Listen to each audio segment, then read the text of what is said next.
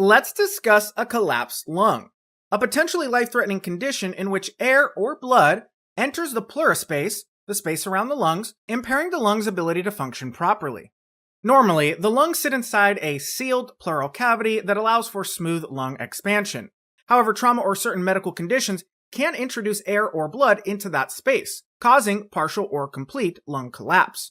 There are several different types of collapsed lungs, each with distinct causes, symptoms, and treatments.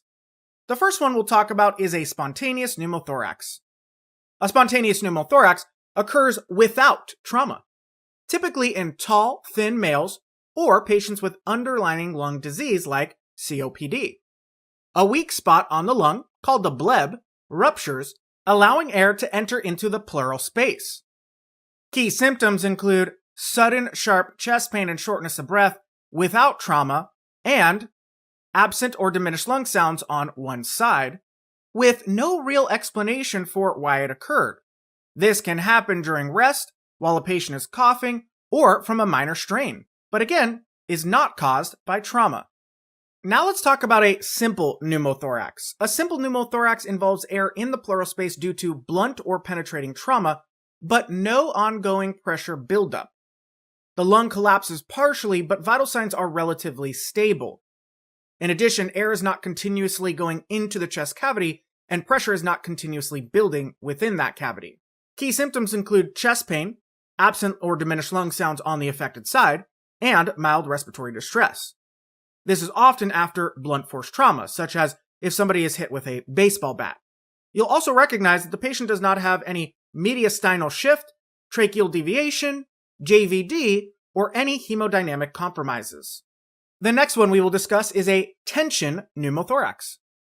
Tension refers to pressure.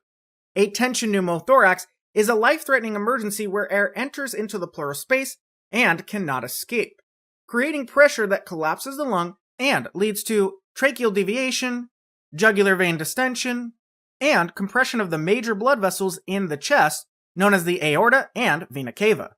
Key symptoms include severe difficulty breathing, low blood pressure, JVD or jugular vein distension, and absent breath sounds on the affected side. In addition, as a late sign, you may also notice tracheal deviation, where the trachea is deviated or pushed to one side or the other instead of remaining directly in the middle where it should be. One last key diagnostic feature of a tension pneumothorax is hyperresonance. Hyperresonance is a sound that can be heard upon percussion of the chest. This sound is made when air is trapped in a confined space. Simply tap on the chest and you should be able to hear a low-pitched booming sound that is louder and longer lasting than normal resonance. This type of collapsed lung requires immediate needle decompression from ALS providers. A common cause of a tension pneumothorax is a sucking chest wound, where air can enter into the chest cavity but does not escape. Now let's talk about a hemothorax, which occurs when blood collects in the pleural space, usually due to severe trauma, and results in a lung collapse.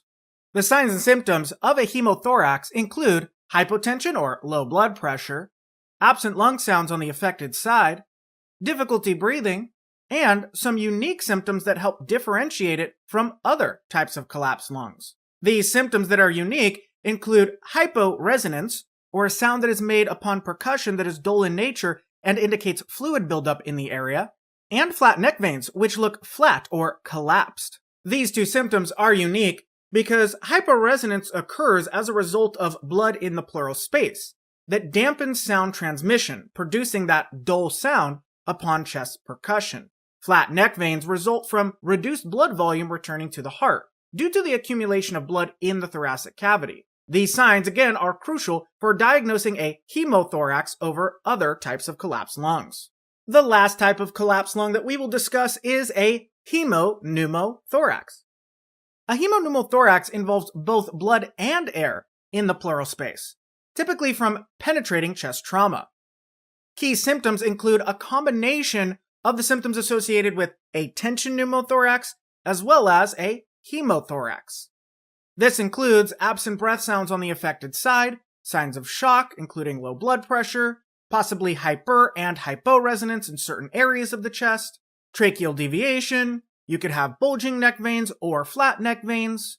This type of collapsed lung can be very difficult to identify due to the fact that it has the combination of symptoms between hemothorax and tension pneumothorax. A common example of the combination of symptoms you might see may include symptoms like flat neck veins with tracheal deviation. The flat neck veins would be indicative of the hemothorax, while the tracheal deviation would be indicative of the tension pneumothorax. When seeing both together, this would tell you that the patient is likely suffering from a hemopneumothorax. The last point to discuss regarding a hemopneumothorax is that it involves both a hemothorax, where blood accumulates in the pleural space, causing the lung collapse, and the pneumothorax, where air accumulates but does not continuously increase in pressure. Therefore, it doesn't always escalate into a tension pneumothorax. Recognizing a hemopneumothorax without tension features can be challenging. Fortunately, in the pre-hospital setting, the initial treatment for both hemothorax and pneumothorax is similar, provided that there are no signs of a tension pneumothorax. Therefore, if you recognize a hemopneumothorax without the signs and symptoms of a tension pneumothorax, the patient will need supportive care and rapid transport, but will not need needle decompression. If you recognize a hemopneumothorax and there are signs of a tension pneumothorax, then the patient does need immediate needle decompression. Here are a few last tips that can be helpful in identifying the different types of collapsed lungs. First, you should know that the signs associated with absent lung sounds or diminished lung sounds are always with the affected side. However, it is possible to have both lungs be affected. Therefore, you could have diminished lung sounds on one side, such as the left side, or both sides, the right and left side. Want to watch the full video? Watch the full video and get so much more with your full access membership by going to howtonremt.com or scanning the on-screen QR code now.